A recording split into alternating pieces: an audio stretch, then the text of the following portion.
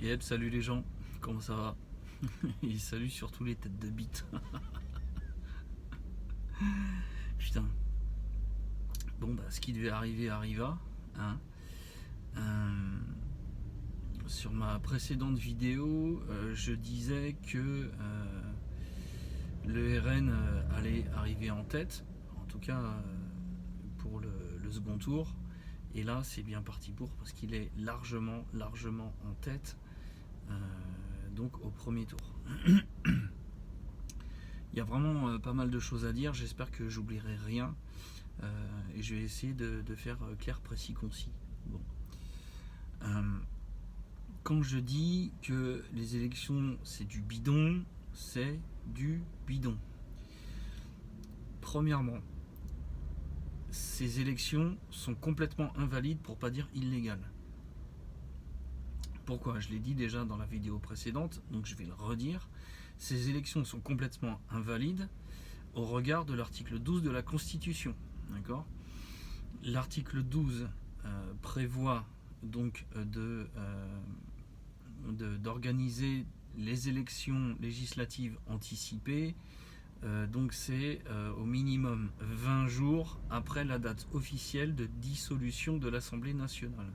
Et la date qui fait foi, c'est la date de parution au journal officiel du décret de dissolution de l'Assemblée nationale.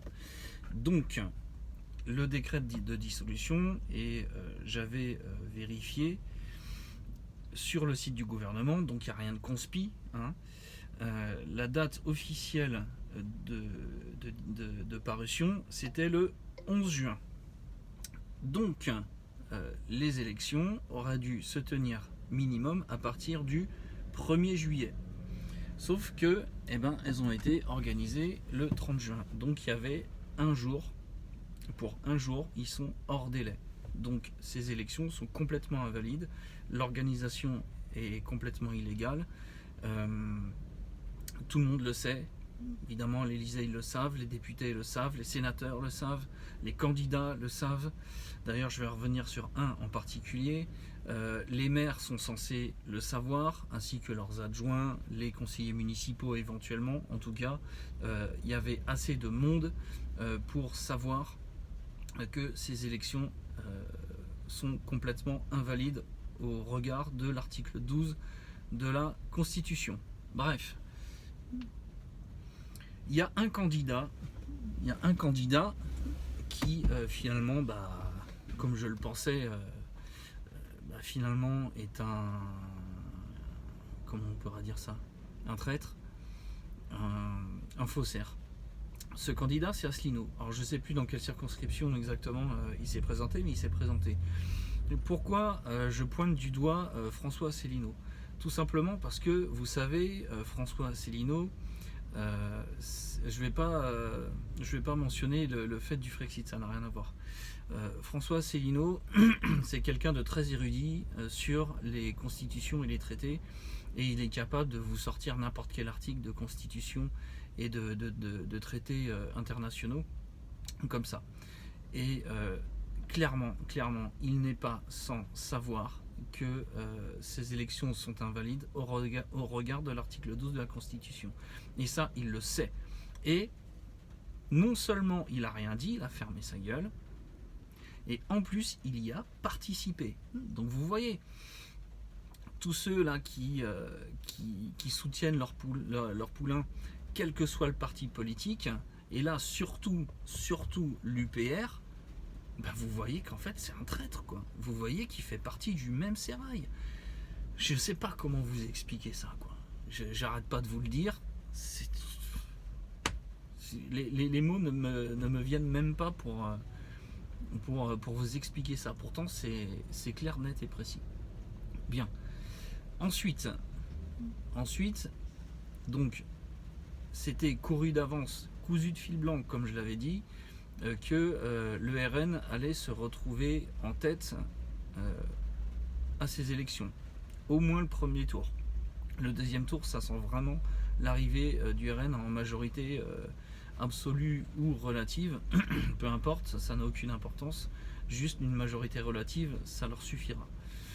mais je pense qu'ils vont avoir la majorité absolue. Et je vois quelques articles, des gens qui disent, et notamment Dominique Skywalker, qui dit il faut absolument empêcher le RN d'avoir une majorité absolue. Ça veut dire quoi ça?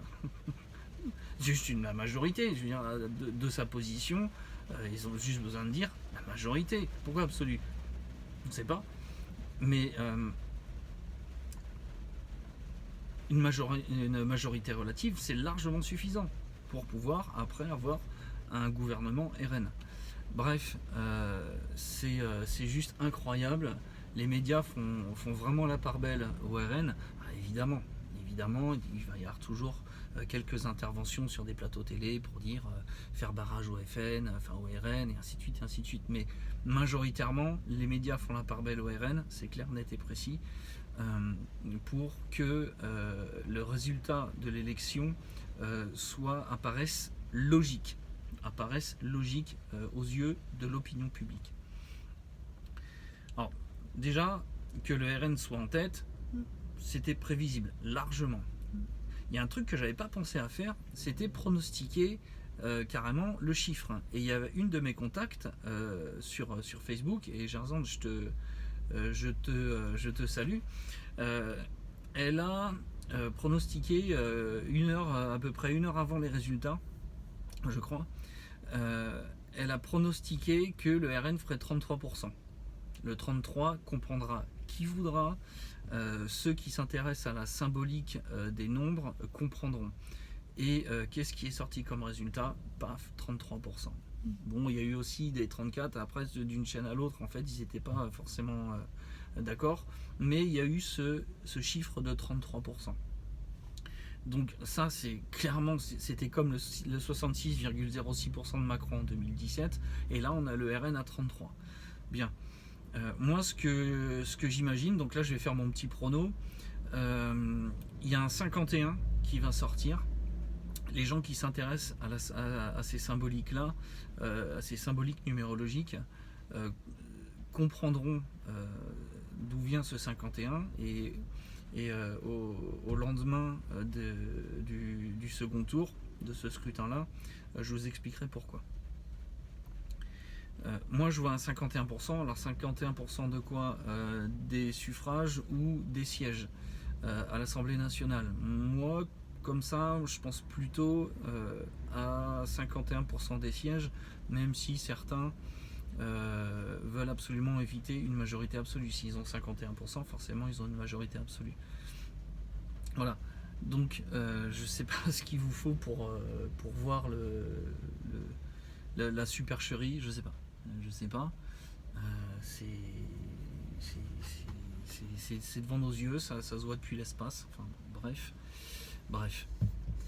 Maintenant, là où je veux prévenir les gens, et ça fait des mois, voire des années que je les préviens, on sait qu'à un moment donné, ça va partir complètement en cacahuète.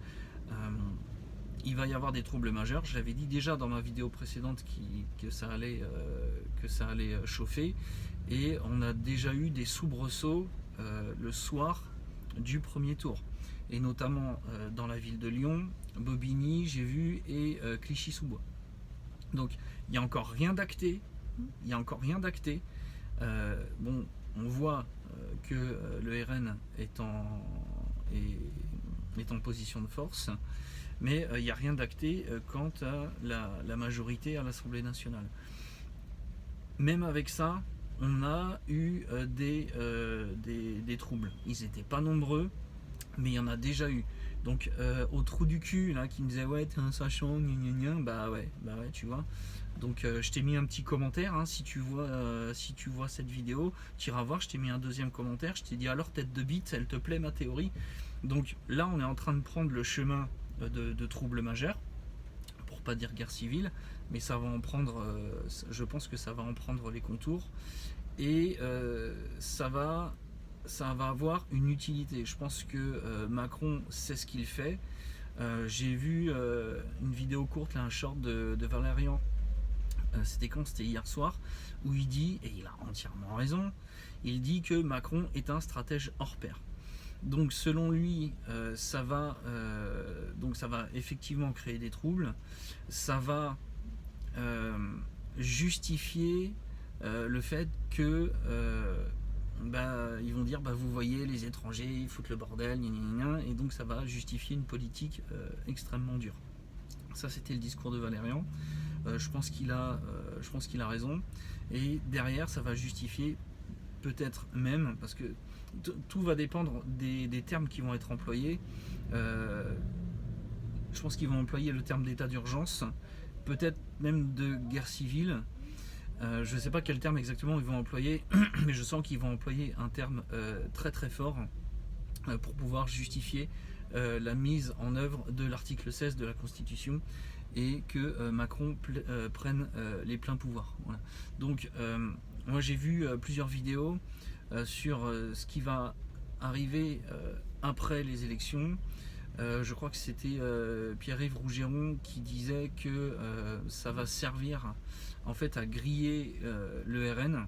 Bon, à savoir que le RN et Macron, ils travaillent main dans la main. Tout ça, c'est d'un commun accord. Mais ça va servir à griller le RN pour qu'ils n'arrivent pas à la présidence, parce que bon, quand même entre eux, ils veulent quand même les postes clés. Puisque ça va décrédibiliser, parce qu'il va y avoir des troubles majeurs, ils n'arriveront probablement pas à régler le problème, en tout cas rapidement, et donc ça va les griller. Bon, pourquoi pas. J'aime bien Pierre-Yves Rougeron, mais ouais, peut-être. Donc si il y a vraiment des émeutes, ce qui risque de se passer, c'est que les différents magasins, différentes boutiques vont fermer, ils seront plus approvisionnés, donc il va y avoir des pénuries alimentaires. On avait déjà vu avant le premier tour des boutiques qui se barricadaient. Si c'est vraiment le gros bordel dans les grandes villes de France, ça va poser un problème d'approvisionnement en alimentation. Donc c'est maintenant qu'il faut le faire. Ça fait des mois et des années qu'on vous dit qu'il va falloir fonctionner comme ça. Je pense que là, ça y est, le moment est venu. Peut-être que je me trompe, je sais pas. Mais en tout cas, ça en prend largement le chemin. Je vois beaucoup de gens qui ont ce sentiment-là aussi. Voilà. Donc, voilà ce que je voulais dire. Préparez-vous à ce qui va arriver. Pour moi, c'est clair, net et précis. Ça va complètement exploser. Ça va être un véritable bordel. Après, quelles sont les velléités de Macron et du reste, ça j'ai quand même un petit doute. Il y a plusieurs théories, hein. Donc il y a celle de Valérian, celle de Pierre-Yves Rougeron, il y a la mienne. Bref, moi je vous enjoins pas à le faire, mais ce que je vous conseille de faire, c'est de vous préparer au moins, je pense, entre 2 à 3 semaines de vivre pour pouvoir tenir en cas de rupture des chaînes d'approvisionnement. Voilà. Bref, voilà mon petit bilan. Je voulais juste faire ça, et surtout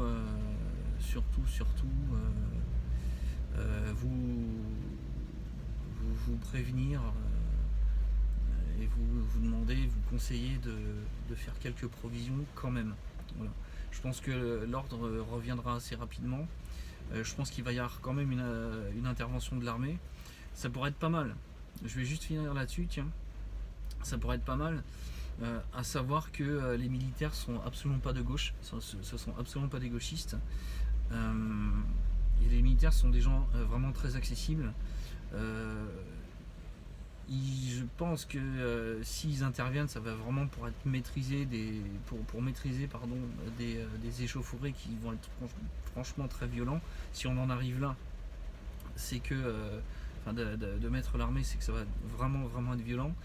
Maintenant, il ne faut pas s'inquiéter, parce que les militaires, moi je suis un ancien militaire, je le sais, ce sont des gens vraiment très accessibles. Ça n'a rien à voir avec les gendarmes et les policiers. Et ça pourra être éventuellement le moment de faire basculer le truc. C'est-à-dire que autant Macron est un stratège hors pair, comme le dit Valérian, mais peut-être qu'il joue à pile ou face aussi. C'est-à-dire que s'il fait intervenir l'armée, ça risque de se retourner contre lui. Voilà. Et je vous rappelle les militaires sont foncièrement, idéologiquement de droite, absolument pas de gauche. Ils savent que Macron c'est un mec de gauche et ils le voient avec tout le marasme des LG bestioles et tout ça. Ça, les militaires ils en ont horreur. Donc ça peut se retourner contre lui. Voilà. Donc si toutefois les militaires sont conviés à la fête, si j'ose dire, on peut aller leur parler, ça pose aucun problème. Et il y aura peut-être une carte à jouer à ce moment-là. Voilà. Sur ce, les copains, je vous dis à plus. On se donne rendez-vous dimanche soir. Moi, ça y est, j'ai déjà prévu 2-3 trucs. En tout cas, moi, je serai pas en ville, ça c'est clair. Ma copine habite en ville, je lui ai dit, ça sera direction chez moi à la campagne. On verra. Voilà. Donc, je vous dis à plus. Je vous dis à dimanche. Ciao, ciao.